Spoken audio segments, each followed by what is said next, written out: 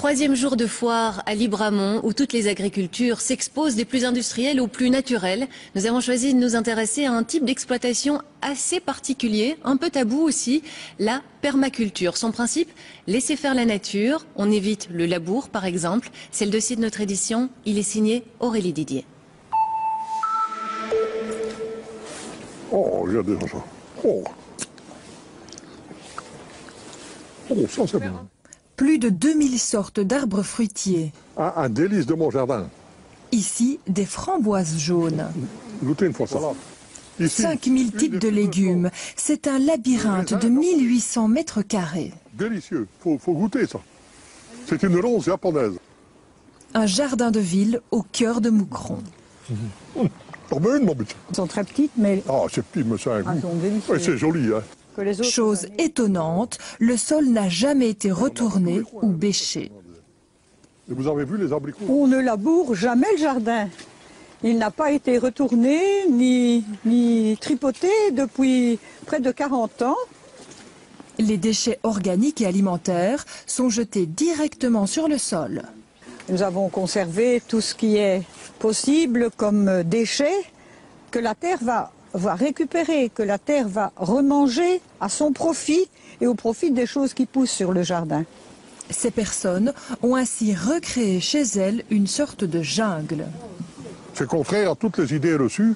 Normalement, d'après toutes les idées agronomiques, ici, c'est tellement tassé. Et il n'y a jamais eu utilisation d'aucune sorte de pesticides, d'insecticides, d'aucune sorte de rien depuis 40 ans. Normalement, il ne devrait plus rien pousser ici.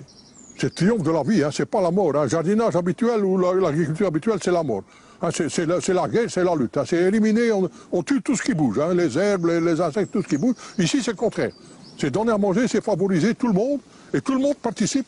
Il y a tellement d'oiseaux et tout ça que je vois jamais une chenille, hein, très peu de limaces, il y en a moins en moins de boulot et de plus en plus de choses à manger, de plus en plus de production. Pour donner un avis indépendant, nous avons fait venir sur place un spécialiste de l'horticulture. La qualité du sol est quand même extraordinaire. Toute une vie a été recréée sous terre. Elle est aérée et riche. Bêcher la détruirait. Mais selon le spécialiste, la permaculture est difficilement applicable en agriculture intensive, où les fruits et légumes doivent être alignés et récoltés mécaniquement. La permaculture serait en fait plus adaptée chez nous à la culture maraîchère que pratiqueraient à ce moment-là des maraîchers qui pratiquent de la vente de produits frais, en vente directe notamment. Donc là, on peut l'envisager valablement avec une récolte manuelle des produits. Chez eux, ils possèdent plus de 6000 sortes de graines, 800 types de tomates par exemple. Mais j'aurais voulu des graines de mâche si vous en avez ou de la salade de blé. La numéro 102-010 là. Le couple veut rendre le bio accessible. Ils organisent des formations, des permanences. Ici, un sachet de graines, c'est 25 centimes. On a toujours été très très fâchés que le bio soit réservé aux gens qui ont de l'argent. Les gens redeviennent créateurs, ils cultivent tout à plan du début à la fin, ils la consomment, il faut les graines, ils la produisent. Ils participent de la création.